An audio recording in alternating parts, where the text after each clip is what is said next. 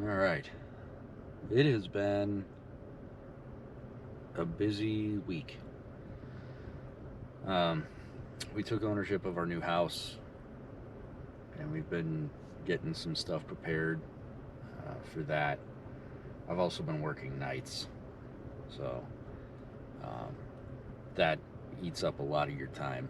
When you work nights and you have to sleep during the day, and you're always tired, it gets a little rough to do some stuff. So it's been a little bit since I've done one of these.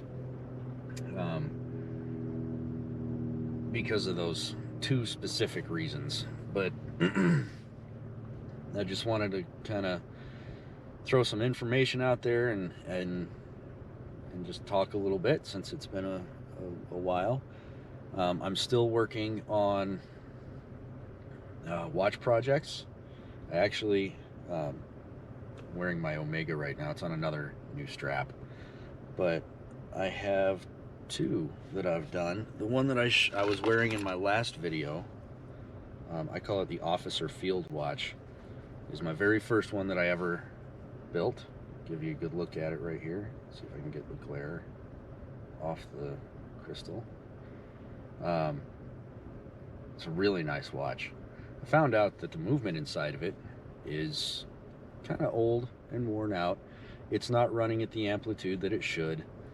So I might be pulling the movement out and replacing it with a newer Seiko movement. The whole thing is built on a Seiko NH35 movement, which it's an automatic. So the second hand has that nice smooth sweep across the dial. Um, and it's the loom on this one is really cool because the bezel insert, the hands, and the dial all have loom on them, and so does the chapter ring, and they're two different colors. So you've got contrasting colors of green and then the kind of bluish green loom, which looks awesome. It came out really, really great. I've got it on the paratrooper strap right now. I like that strap style quite a bit. That's why I put one on the Omega. It's got a nice buckle that hooks in there, and it's elastic, so as my wrist swells up, it doesn't get too tight, bother me. Now, the second one I did, I've posted pictures of it, but the pictures that I have posted don't really do it justice. I will take some better ones and post them on my Instagram and probably to Facebook by default. But this one I call the B52. It's got kind of a similar design to like a Flight Master or something like that. I forget, the Skyhawk I think is the Citizen one. Again, it's an NH35 movement, or no, this one's got the day. So this is an NH36. I was actually able to get one. They're really hard to find right now. NH36 movement. Day date complications. The loom on this one isn't quite as cool, but it is a much more traditional pilot or field watch style illumination. It's got the black hands, which are nice because they don't stand out. You look for the loom triangles in the hands against the black face. And then that really cool yellow seconds hand doing a nice smooth sweep across the dial there. So I've got a couple other ones I'm going to work on. They're a fun hobby. It's not an inexpensive hobby by any means, but it is fun.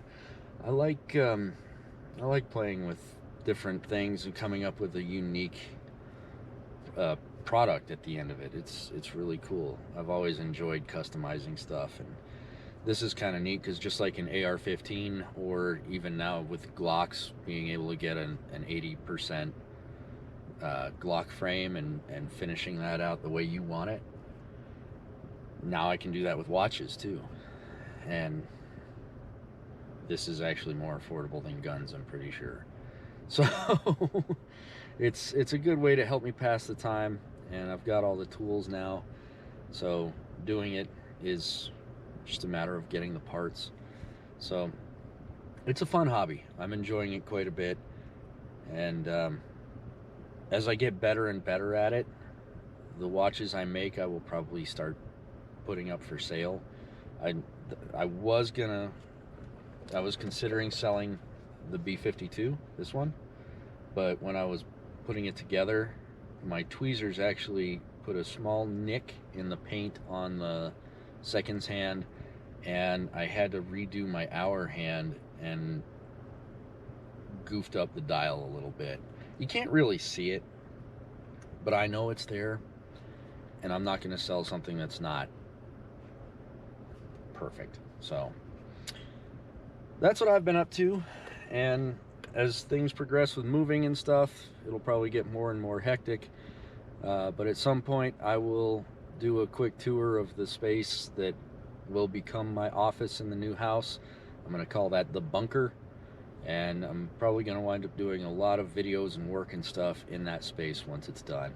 The basement in the new house is completely unfinished, so it's kind of a blank canvas. We're going to get my office built in down there, and that'll be pretty cool. So stay tuned for that. I hope everybody's staying healthy, staying safe, and we'll see you in the next one.